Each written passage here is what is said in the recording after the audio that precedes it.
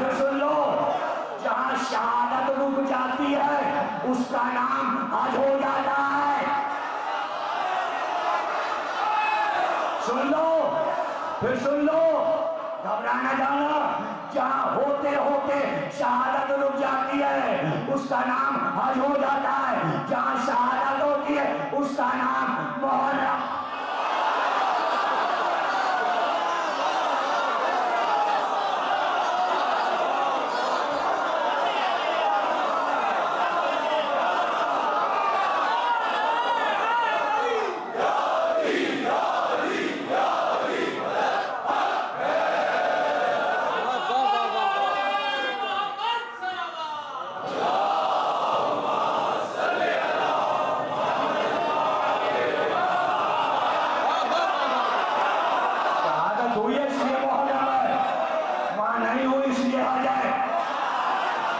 परेशानी क्या है? फिर जुमला सुन लो, शहादत रुकी, नाम हुआ हज, काम 10 दिन का है। शहादत हुई मुहर्रम, काम 10 दिन का है।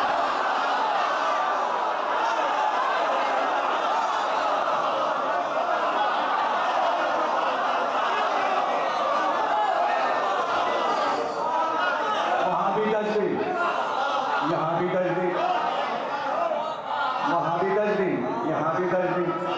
और फिर कुर्बानी हो गई, बकरीद के दिन कुर्बानी हो गई, एहराम खुल गए, एहराम खुल गए,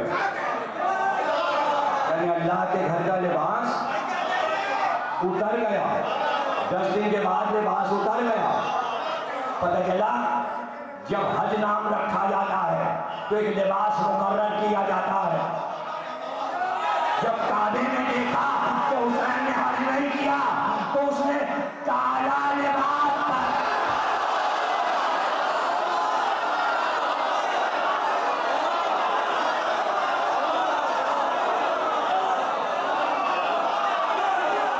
काबे ने काले कपड़े पहने। जुमला सुनोगे, काबे ने कहा तुम आओ, जुमले की कदर तो करते हो ना। काबे ने कहा तुम आओ, उम्मत से कहा तुम हर साल आओ, मेरे गिर्द घूमो, इसका नाम है हज। मैं तो करबला था।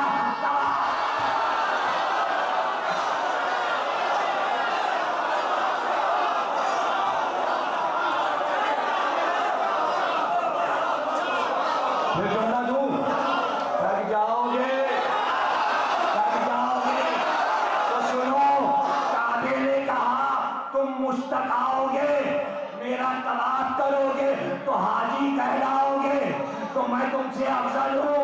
मैं कयामत तक काले कपड़े पहनकर हुसैन का आजाद।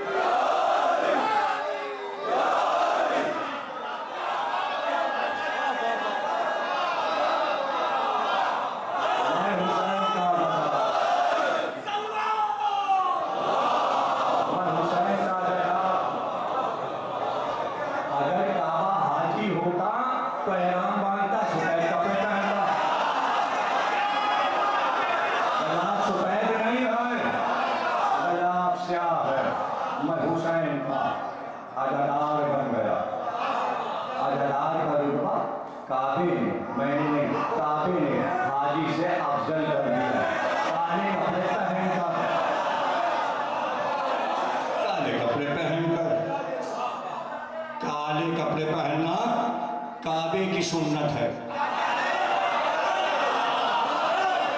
काबे की सुन्नत है।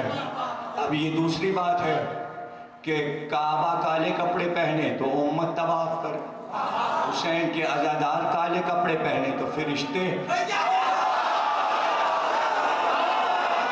हदीस किस्सा में यही लिखा है, नहीं लिखा? आखिरी जुमला पढ़ लो कि जहां यह जिक्र होता है फरिश्ते आके घेर लेते हैं, तो घेरने के क्या मानी? जैसे हाजी काबे को घेर लेते हैं।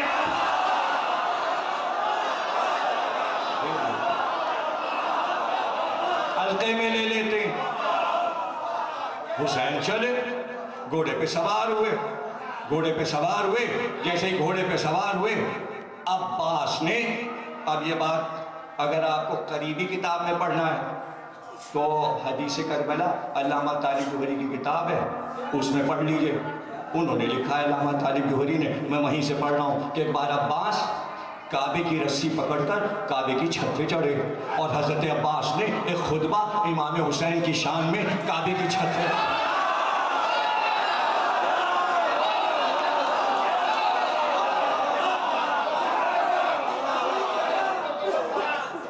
खुतबा दिया। अब्बास ने पहचानो हुसैन क्या है। उसी में हज़रत अब्बास ने बताया कि जब हुसैन चलते हैं तो जिब्रील और मीकाईल दाएं बाएं होते हैं। क्या फजाइल पड़े हज़रत अब्बास पे। और उसके बाद हाजियों से मुखातिब होकर कहा कि पहचानो हुसैन क्या है। अब्बास ने बताया, खुदा के घर में आए हो, ये बैत है तो अहले बैत को पहचानो। और उसके बाद अरफात के मैदान का रुख किया, वो जहां इरफान हासिल हुआ था इब्राहिम को। तकरीर खात्मे पर पहुंच रही है, मैं अपनी मंजिल से करीब हुआ।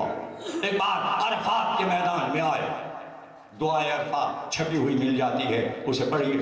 और क्या इमाम हुसैन की फसाहत और बलागत है उस दुआ में। और एक बार जैसे ही हुसैन ने हाथ बुलंद किए अरफात में, तो अब्बास वली अकबर के हाथ उठे, कासिम के हाथ उठे। और ये समा हाजियों ने आखिरी बार देखा कि रसूल के घर के आफ्ताब व महताब और सितारे अरफात के मैदान में खड़े थे, चेहरे चांद जैसे चमक रहे थे और सबके रुखसारों पर आंसू थे, अल्लाह के घर से रुखसत हो रहे थे। एक बार आखिरी सलाम अल्लाह पर करके घोड़ों के सवार होकर जहरा के चांद अल्लाह के घर को छोड़कर बाहर निकले और मक्के की सरहद तक पहुँचे। एक बार हाकिम का हुक्म आया, गवर्नर मक्का से कहा गया हुसैन को आगे ना बढ़ने देना, हुसैन को यहीं घेर लो। एक बार सवार आगे बढ़े और हुसैन के काफिले के आगे चारों तरफ सवार फैल गए और सिपाहियों ने हुसैन का रास्ता रोकना चाहा। अल्लाहु अकबर, हुसैन की एहतियात, इशारा किया आंखों से अब्बास वली अकबर को, हुदूद हरम है, तलवार ना निकले, तलवार ना निकले, तलवार न निकले, हुदूद हरम है। और फिर तारीख ने लिखा कि सिर्फ हुसैन ने इशारा किया ताजिया ने उठा लो, लेकिन ताजिया ने किसी आदमी के ना लगे, बल्कि इस तरह ताजिया ने चलाओ कि हवा में जब घोड़ा ताजिया ने चलते देखता है और उसका साया जमीन पे देखता है तो घोड़ा भड़क जाता है। अब जो अब्बास वली अकबर ने ताजिया ने घुमाए और उसके अक्स जमीन पे पड़े तो घोड़े उल्टे हुए सवारों को लेकर भागे मक्के की तरफ। हमको तो हिजरत का दिन याद आ गया कि अली के खौफ से कैसे मक्के में काफिरों का लश्कर भागा था। हुसैन आगे निकल गए, रास्ता रोका न जा सका। कौन हुसैन का रास्ता रोकता? इसलिए कि अल्लाह का वादा पूरा करने जा रहे थे। जिसने रास्ता रोका उसने मुंह